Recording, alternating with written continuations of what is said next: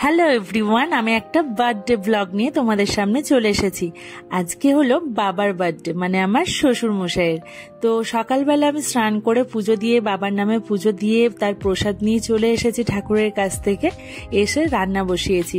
তো এই যে এত রকমের ভাজা করব, বাবা ভাজাটা খেতে বেশি পছন্দ করে, কারণ তরকারি বেশি খেতে পছন্দ করে না। যার যেটা পছন্দ, বাবার পছন্দ মতোই আজকে সবকিছু রান্না করব। বাবার বার্থডেটা যদিও বিয়ের পর আমি ফার্স্ট চালু করেছিলাম, বাবার ইচ্ছে অনেক দিনের ছিল, কিন্তু আমি শুরু করেছিলাম যে বাবার জন্মদিন, জীবনে কোনো শখই পূরণ না হোক, এটা তো জীবন না, জীবনে ছোট ছোট আনন্দ, ছোট ছোট শখগুলোকে পূরণ করে নিতে হয়। তাই সকালে পায়েস এটা ওটা রান্না সেরে এই যে কেকটা নিয়ে বসে পড়েছি।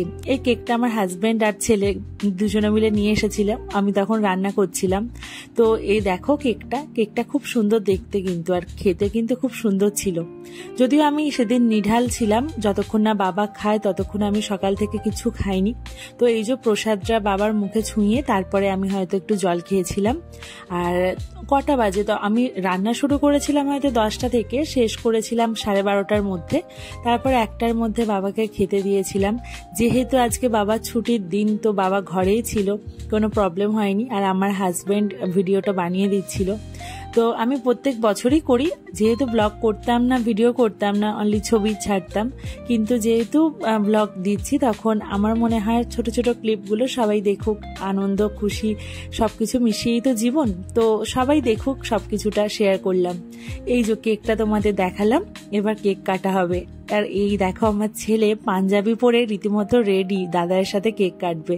তো আমি আগুনটা ধরিয়ে দিচ্ছি। আর ওর বাবা যেহেতু ক্যামেরা করছিল, তো ওর সামনে আসতে পারেনি, তো পরে আবার ক্যামেরার সামনে এসেছিল। যদিও ও ছবি তুলতে খুব একটা পছন্দ করে না, ওকে আমি জোরও খুব একটা করি না। তো এই যে বাবাকে বলছিলাম হ্যাপি বার্থডে বাবা। আর বাবা সারা জীবন মানে এরকমই থাকুক, সুস্থ থাকুক, ভালো থাকুক, আমাদের পাশে থাকুক, আশীর্বাদ স্বরূপ এটাই চাই। কারণ বাবাকে আমি প্রচন্ড ভালোবাসি, এর আগের ব্লগেও বলেছি, নিজের বাপির মতো। বাবাও আমাকে প্রচন্ড ভালোবাসে। তো বাবাকে প্রণাম টোনাম সেরে কেক টেক কাটা হলো।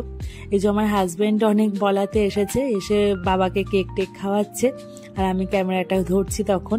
তো ছেলে তো ও কাউকে খাওয়াতে হবে না, ও কেক খেতে ভালোবাসে, ও নিজেই খাবে। তো এই দেখো ও কেক খাওয়ার ভিডিও একটা ছোট্ট নিয়েছি, তো দেখলে তোমরা হাসবে হয়তো। তো দেখো ও কিরকম ভাবে কেকটা খাবে খালি, আর আমরা দেখে সবাই হাসাহাসি করছিলাম এটাই, যে সত্যি ও কেকটা এতটাই খেতে ভালোবাসে যে ওর আর কিছু লাগবে না, ও কাউকে কেক খাওয়াবে না খাওয়াবে ওর কোনো ব্যাপার না, ও নিজেই কেক নেবে খাবে। তো এই যে দাদার কোলে বসে বসে কেক খাচ্ছে, আর আমি আমার হাজবেন্ড, আমার শ্বশুর মশাই মানে বাবা, সবাই মিলে হাসছি।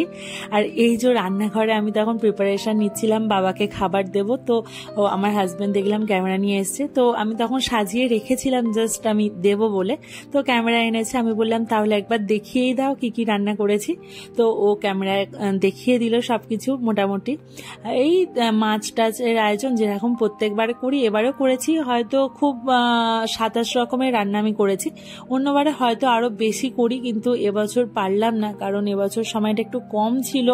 আর যেহেতু গরমটা প্রচুর পড়েছে, গরমেই আমাদের মানে যত কাজ, আমার অ্যানিভার্সারি থেকে শুরু করে আমার ছেলের বার্থডে, আমার বার্থডে, সবকিছু গরমে।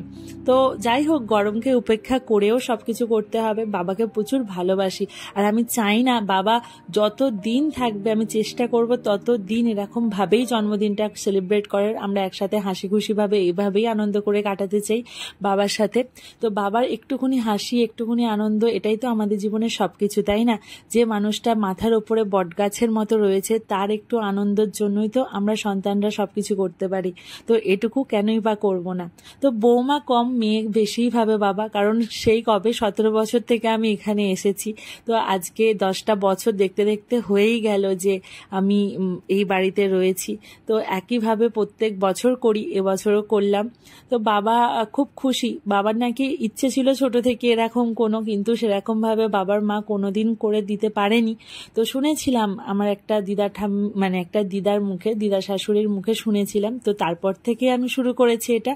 তো এই যে আমি সবকিছু এবার এনে সাজাচ্ছি।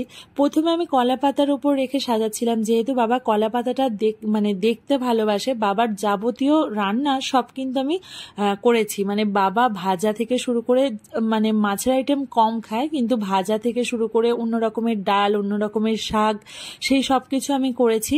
আমি চেষ্টা করেছি বাবার যেগুলো পছন্দ সেগুলো বানানোর। তো সেরকমই করে আমি সবকিছু গুছিয়ে নিয়েছি, কিন্তু কলা পাতায় দেখলাম ভালো খুলছিল না, তো তারপরে কলা পাতা সরিয়ে নর্মালি মানে দিলাম সাজিয়ে গুছিয়ে। তো আমার হাজব্যান্ড কন্টিনিউয়াসলি ও ভিডিও বানাচ্ছিল, এই যে ভিডিও বানাচ্ছে, আমি তখন রেডি করছি জাস্ট। তো ঠিক আছে না, ও ভিডিও করেছে যখন, তখন আমি ক্লিপগুলো রেখেই দিয়েছি। আর এই দেখো আমার মানে পুরো সাজানো কমপ্লিট। তো দেখো কিরকম দেখতে লাগছে, অবশ্যই কমেন্ট বক্সে জানাবে যদি ভালো লেগে থাকে, আর লাইক করবে, শেয়ার করবে, আর আমার চ্যানেলটাকে অবশ্যই সাবস্ক্রাইব করবে।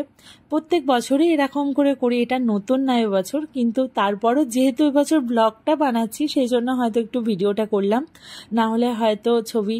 তো আমি রান্নাগুলো দেখাচ্ছিলাম, এই চাটনি, পায়েস, দই, তরমুজ ছিল, মিষ্টি ছিল, 5 রকমের মাছ ছিল, তারপরে আরও সব নানান রকমের, মোরলা মাছ দিয়ে একটা আম দিয়ে টক, তারপর ভাজা ভুজি, টোটাল ভাজা ছিল 11 রকমের।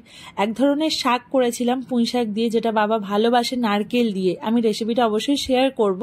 আর একটা ডাল করেছিলাম, মসুর ডাল চাপ চাপ করে নারকেল দিয়ে। তো শুক্তো করেছি অ্যাজ ইউজুয়াল যেটা করি।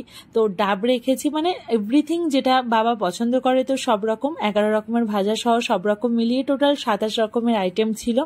তো বাবার সামনে আমি প্রদীপ জ্বালিয়ে দিলাম, যে বাবার কাছে বসে একটু জাস্ট ক্যামেরায় মানে ভিডিও এসব করছিলাম আর কি, নর্মালি যেরকম করি। এগুলো স্মৃতিস্বরূপ থেকেই যায় জীবনের পাতায়, কখনো কখনো ইচ্ছে গেলে দেখি। তো বাবাকে ফার্স্ট আমি পায়েসটা খাইয়ে